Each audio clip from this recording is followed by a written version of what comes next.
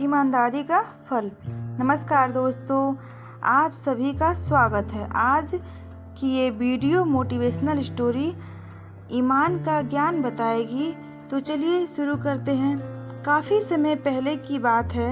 प्रतापगढ़ नाम का एक राज्य था। वहाँ का राजा बहुत अच्छा था, मगर राजा को एक सुख नहीं था।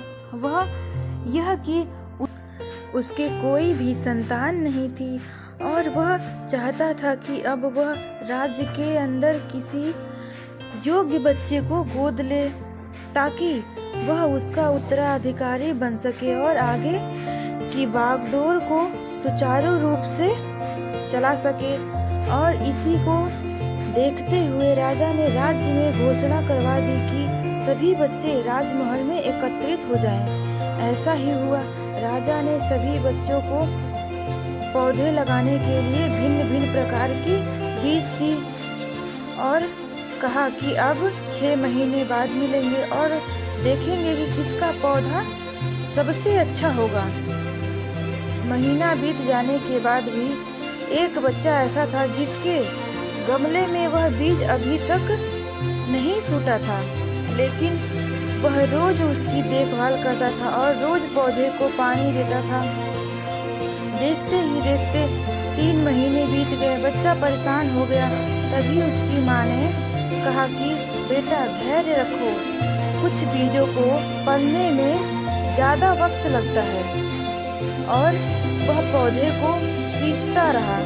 6 महीने हो गए। राजा के पास जाने का समय आ चुका था, लेकिन वह डरा हुआ था कि सभी बच्चों के गमलों में तो पौधे होंगे और उसका गमला खाली होगा। लेकिन वह बच्चा ईमानदार था और सारे बच्चे राजमहल में आ चुके थे। कुछ बच्चे जोश से भरे हुए थे, क्योंकि उनके अंदर राज्य का उत्तराधिकारी बनने की प्रतिबल लालसा थी।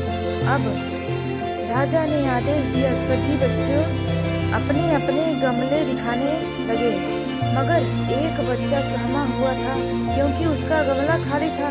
तभी राजा की नज़र उस गमले पर गई। उसने पूछा, तुम्हारा गमला तो खाली है। तो उसने कहा, लेकिन मैंने इस गमले की 6 महीने तक देखभाल की है। राजा उसकी ईमानदारी से खुश था कि उसका गमला खाली है, फिर भी वह हिम्मत करके यहाँ आ तो गया। सभी बच्चों के गमले देखने के बाद राजा ने उस बच्चे को सभी के सामने बुलाया।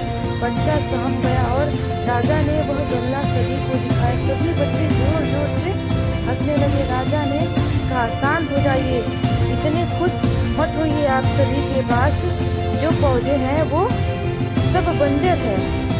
आप चाहे कितना भी मेहनत कर ले, उससे कुछ नहीं निकलेगा। लेकिन असली बीज यही था। राजा उसकी ईमानदारी से बेहद खुश हुआ और उस बच्चे को राज्य का उत्तराधिकारी बना दिया गया। लेकिन हमें इस कहानी से क्या सीखने को मिला? मेरे हिसाब से अपने अंदर ईमानदारी होना बहुत ज़रूरी है। अगर हम खुद के साथ ईमानदार हैं तो जीवन के किसी न किसी पड़ाव में सफल हो ही जाएंगे, क्योंकि हमारी औकात हमें ही पता होती है। हम खुद को पागल बनाकर खुद का ही नुकसान करते हैं। दोस्तों, ये कहानी आपको कैसी लगी हमें कमेंट करके ज़रूर बताएं।